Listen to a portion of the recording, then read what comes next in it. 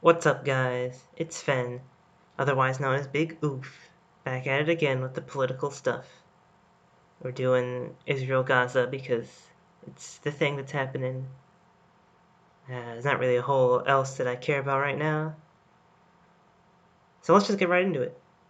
Yeah, it's an example of me being proven right once again. Of course, this channel hasn't been around very long, so there's no verifiable track record, but I would say some of my predictions in the conflict have been pretty spot on so far.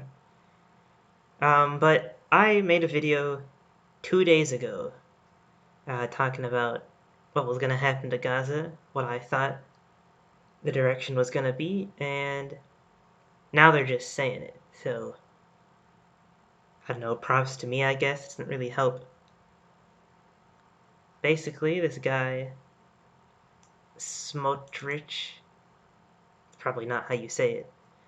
I don't care though, he sucks.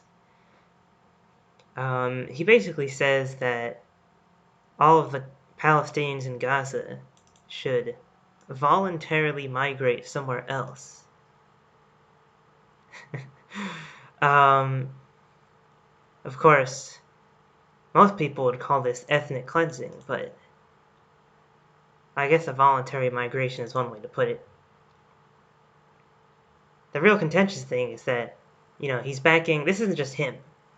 Some other members of the cabinet are also talking about this. You got Ram Ben Barak, Hussein Obama, and Danny Danon, once again. For the voluntary immigration of Gaza Arabs, as they say, which is kind of telling because there's more than just Arabs in Gaza. But yeah, they're saying this is the right solution for Gaza because, as they say, a cell with a small area, like the Gaza Strip without natural resource and independent sources of livelihood, has no chance to exist independently, economically, and politically in such a high-density area. Now, he's technically right when he says this, but the reason this is so disgusting is that the reason the Gaza Strip exists at all is because of Israel. Palestinians don't want to be crammed in there. That's their only option. I mean, if Palestine had one big contiguous area of land, I think that would be better than having the West Bank on one side and the Gaza Strip, this tiny piece of land on the other side. So, I don't know. Why don't you give them some of your land, asshole?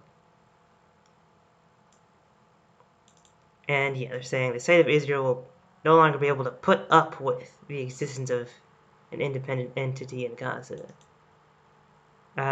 So that's basically them just admitting that they're gonna annex all of Gaza. That's their plan now, pretty much. And they want the Gazans to go somewhere else. Like to, I don't know, mostly they want them to go to Egypt.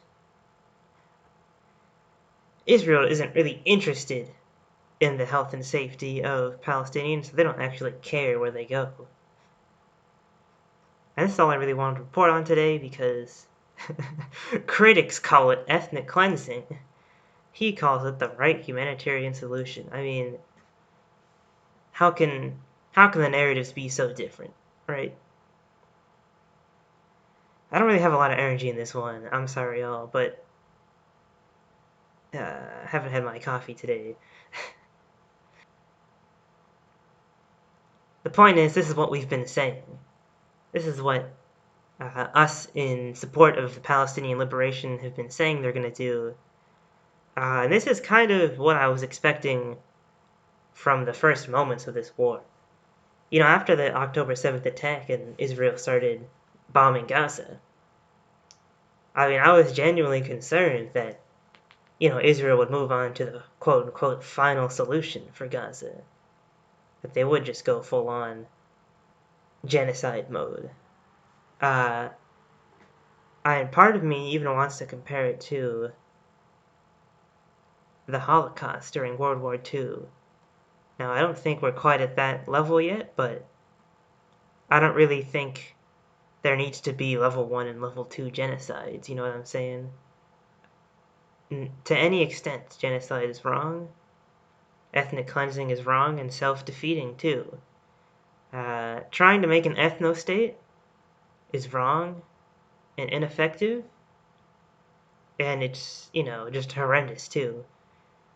I mean, Israel wants to be a theocratic ethno-state, and it's kind of always been like that, so this is kind of the natural consequence of the trajectory of the country, although it's probably more horrifying than even the UN in the 1950s could have imagined it would turn out. So that's all I've got to say for today's video. You all stay safe out there, okay?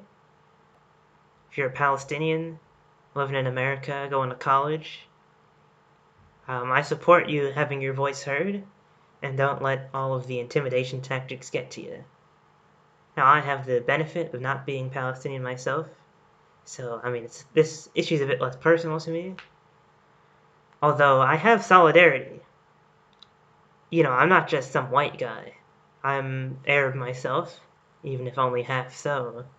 So it's just disturbing to see the blatant disregard for our peoples that, I'm not going to say it started recently, but they've definitely doubled and tripled down on it in the last month or so. Well, that's all I had for this video.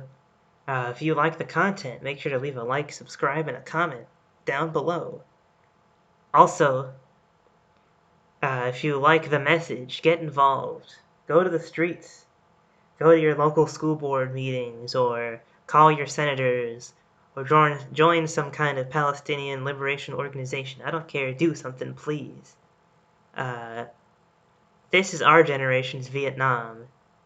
Back in the 60s, all the kiddos, the college kids, by the thousands, protested very strongly. They didn't let up until the war was done. And that's what we gotta do now, because if we're not gonna do it, who the fuck is?